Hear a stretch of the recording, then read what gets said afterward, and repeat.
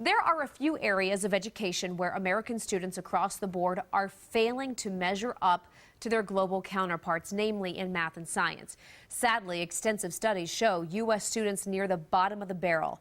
But there are some incredible exceptions. In fact, 6,600 of them are at the Tucson Convention Center this week, and they all have their eyes on the prize, a win at one of the country's largest science fairs.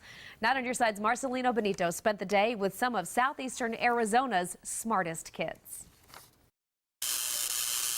Sparks are flying at the Southern Arizona Regional Science and Engineering Fair. Best and brightest on display. I have no idea what it does, but it looked pretty cool. This is wireless energy transmission. Everything from wireless energy transmission to animal heartbeats. More than 1,800 science projects line the TCC. The scientists as young as kindergartners, as old as high schoolers. They all love science. Is this fun? Yes, yeah, I have a lot of fun doing these experiments. It's just amazing what I find. It really means a lot to be able to compete with people like this. But the reality is, I can't build that. here in the U.S., these young scientific minds are the exception, not the rule. The U.S. lags way behind other developed countries when it comes to science and engineering.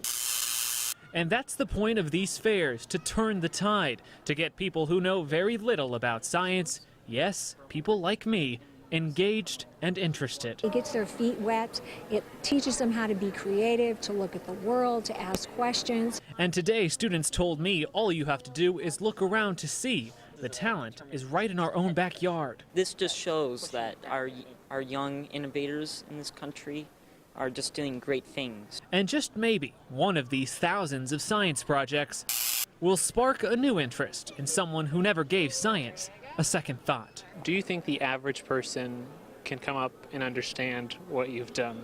I think so. Yes, I think so. Even me? Yes. Yes. Nope. Not at all. Still, I don't get it.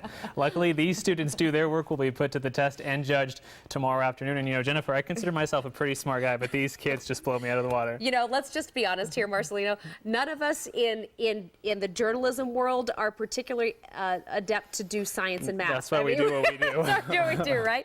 But I know that members of the public can go see these projects. When can they do that? Yeah, there's an open house for the public on Wednesday. We'll post all the information people need on our website.